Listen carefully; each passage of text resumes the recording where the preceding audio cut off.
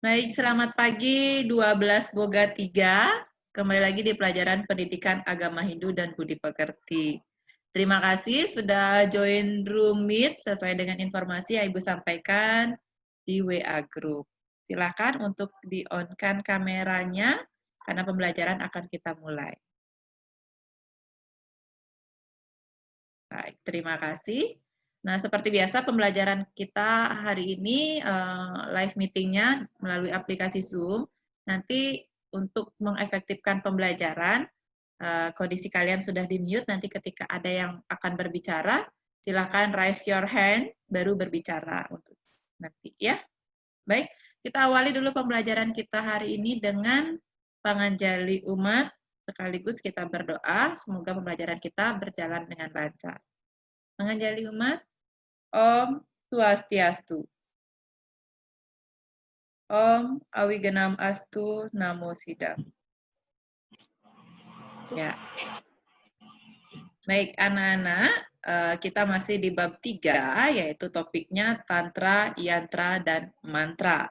Nah, pada kesempatan kali ini kita akan membahas mengenai fungsi Tantra, Yantra, dan Mantra. Tetapi sebelumnya mari kita ingat kembali. Siapa sih yang masih ingat apa itu Tantra, Yantra, dan Mantra? Yang bisa jawab boleh angkat tangannya. Apa itu Tantra? Apa itu Yantra? Apa itu Mantra? Silakan. Ayo, siapa?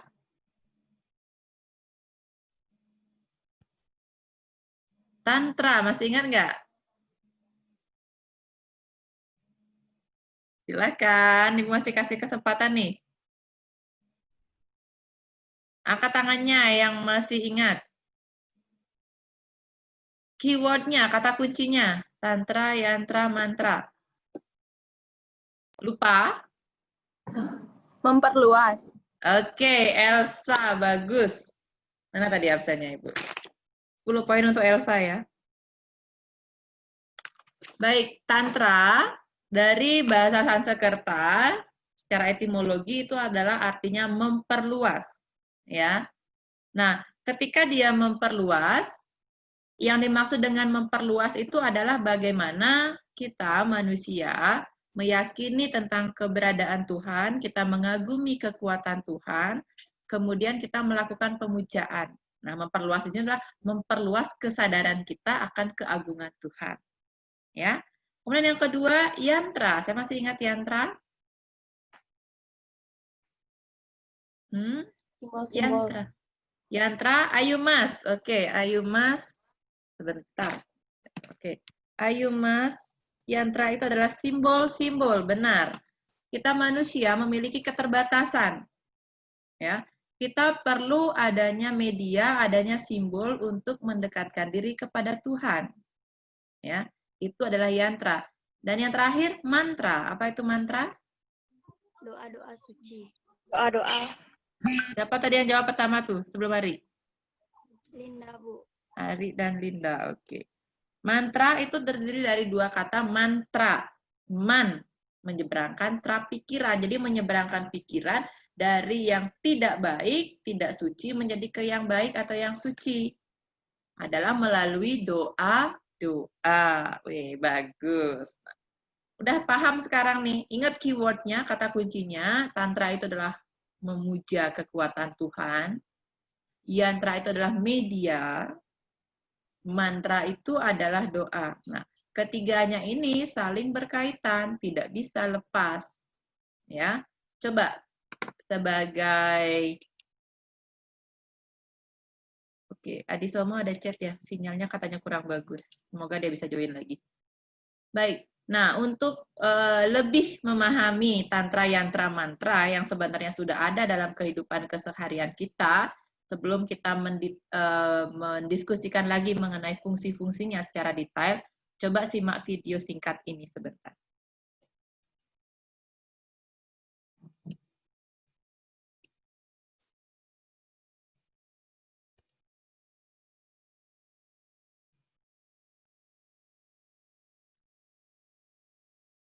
Bisa? sayang?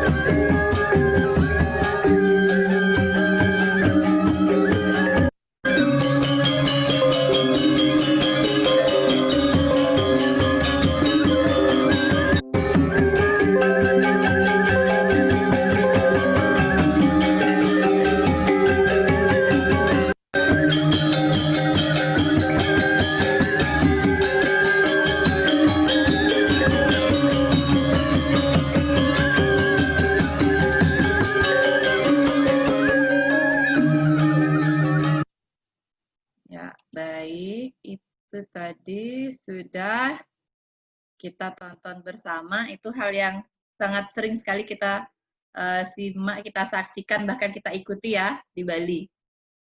Benar nggak? Tadi upacara apa tuh kira-kira?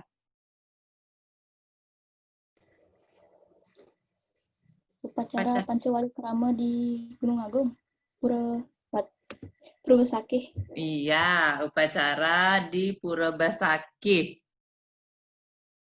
Upacara, yajna, piodalan itu kan sering sekali ya, tidak bisa lepas dari kita masyarakat Hindu yang ada di Bali.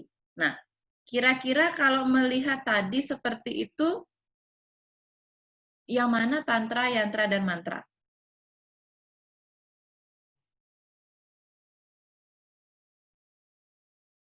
Kebayang nggak? Yang mana tantra, yantra, dan mantra? Ada nggak tantra, yantra, mantra di sana? Kira-kira setelah tadi kalian memaparkan mengenai pengertiannya, kira-kira yang mana tantra, yantra, mantra, bagian mananya kira-kira? Ayo.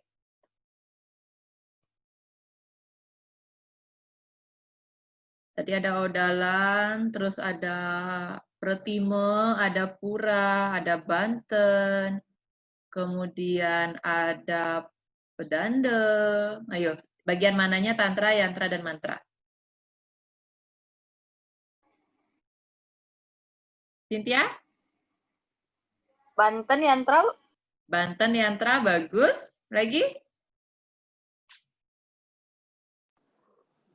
Puranya yantra, Bu. Puranya juga yantra, oke. Bagus. Yang lainnya?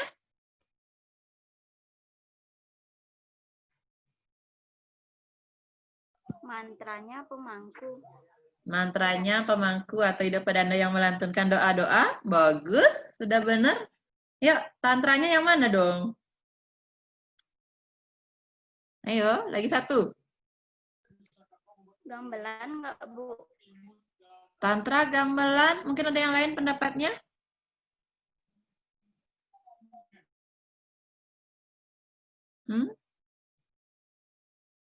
Oke, yantra udah benar, adanya Banten. Sebagai media kan, untuk mendekatkan diri kepada Tuhan, simbol-simbol. Adanya pura juga benar. Dengan adanya pura kita semakin konsentrasi, fokus memuja Tuhan.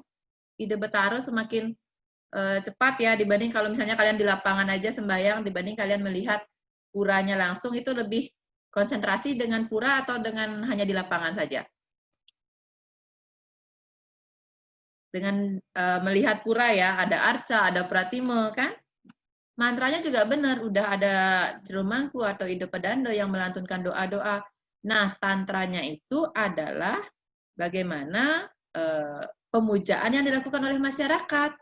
Memuja kekuatan, keagungan Tuhan melalui upacara tadi. Kalau kita nggak percaya dengan adanya Tuhan, dengan kekuatan beliau, apa ia akan melakukan pemujaan? Belum, ya. Jadi dasar dari pelaksanaannya itu adalah karena manusia meyakini kekuatan dari Tuhan, ide Sang Hyang Widi Wasa. Nah, Kita lanjutkan sekarang mengenai fungsi-fungsinya. Apa sih fungsinya ketika kita melakukan pemujaan-pemujaan itu? Oke.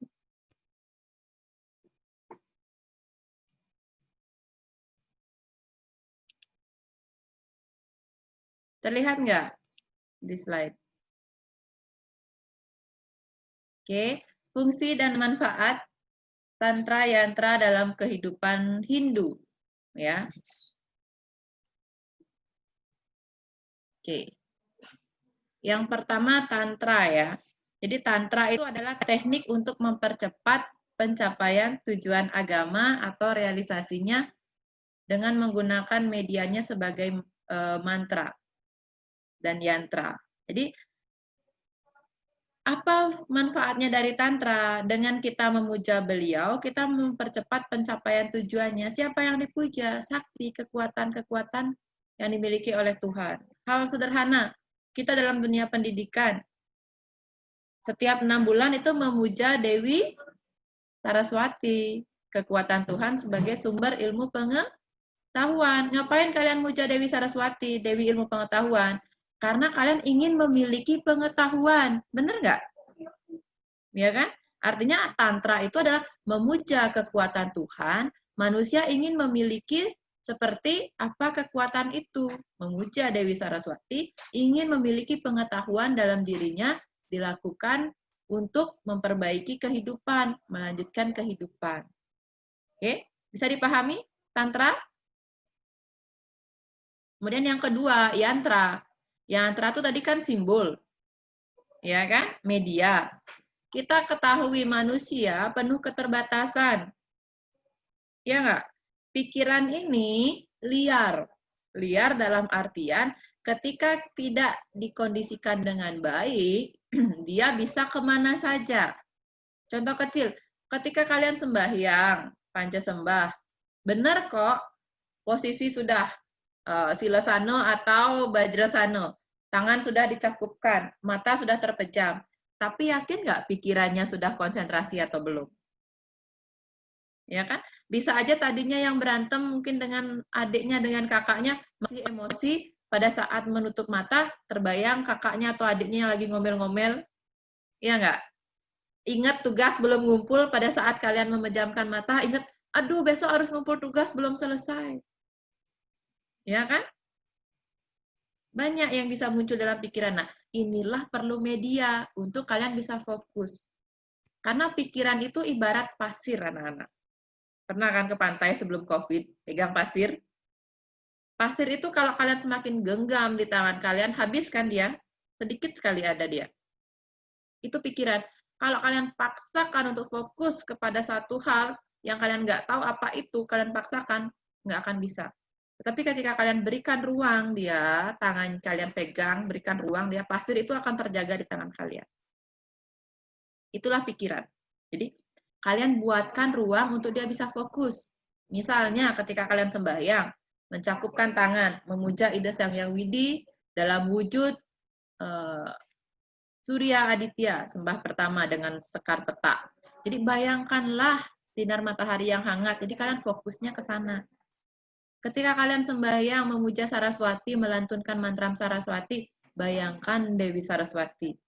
Jadi astungkara, pikiran-pikiran yang lain, dagang sate di pura karena kalian lapar, atau tugas agama yang numpuk, itu akan bisa untuk sementara waktu dipisahkan dulu. Itu fungsi dari yantra.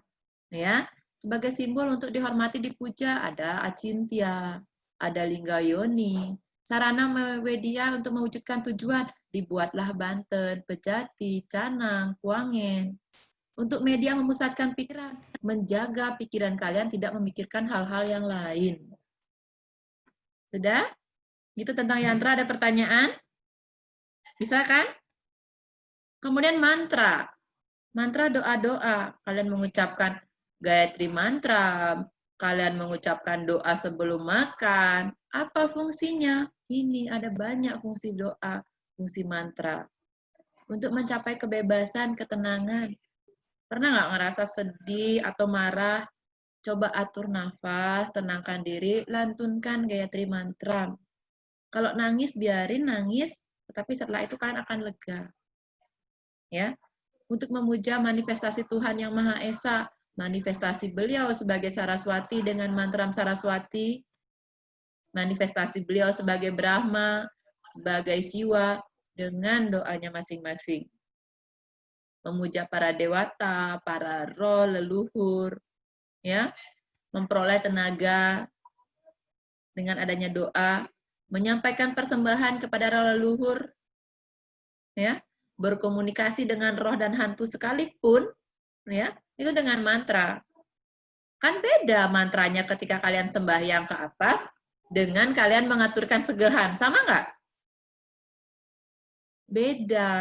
Beda mantranya, ya, karena dia memiliki fungsinya masing-masing. Yang mana mau diambil ini fungsinya? Oke.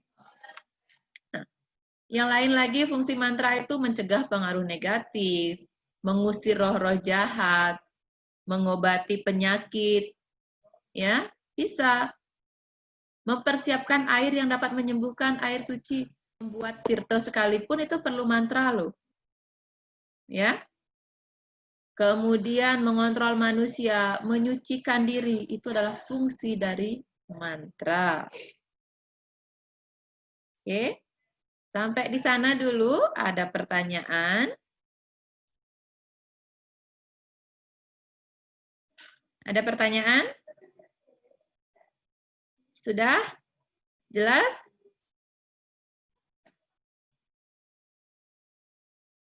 Kalau sudah jelas, Ibu nanya lagi dong. Misalnya nih, kita melakukan persembahyangan, kita memuja Tuhan, Ida Sang Yang Widi, manifestasi beliau kan banyak sekali. Nah, kita memuja beliau di Pura Desa, Pura Puseh, Pura Dalem, bayangan 3 kan? Nah, kira-kira ketika kita memuja Tuhan dalam wujudnya di Pura Puseh, itu manifestasinya siapa? Fungsinya apa? Yuk. Kira-kira apa ya? Ngapain ya? Memuja Tuhan, manifestasi beliau di Pura Puseh.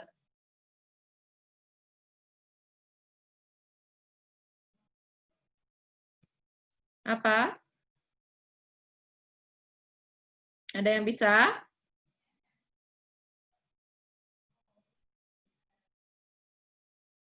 Ayo. Siapa yang bisa? Pernah sembahyang nggak ke Pura Puseh? Jangan-jangan nggak pernah sembahyang ke Pura Puseh nih?